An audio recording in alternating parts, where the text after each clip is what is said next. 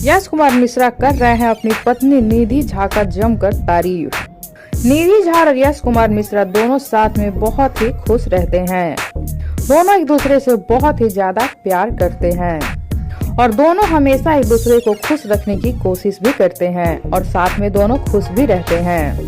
हमेशा निधि झा यश कुमार की और यश कुमार निधि झा की तारीफ करते हुए नजर आते हैं। और अभी एक नया वीडियो काफी तेजी से वायरल हो रहा है, जिसमें यश कुमार मिश्रा निधि झा की जमकर तारीफ कर रहे हैं और वो भी एक गाने के जरिए। ये जो वीडियो आप सब देख रहे हैं, इस गाने में निधि झा की यश कुमार तारीफ कर रहे हैं और वो गाना है कितना हसीन चेहरा कितनी प्यारी आंखें, कुदरत ने बनाया होगा तुझे फुर्सत से मेरे यार। इन सारी लाइनों को सुनने के बाद आप सब समझ ही सकते हैं कि यश कुमार मिश्रा कितनी ज्यादा तारीफ कर रहे हैं निधि झा की और निधि झा उनकी तारीफ सुन करके मुस्कुरा रही हैं, हंस रही हैं।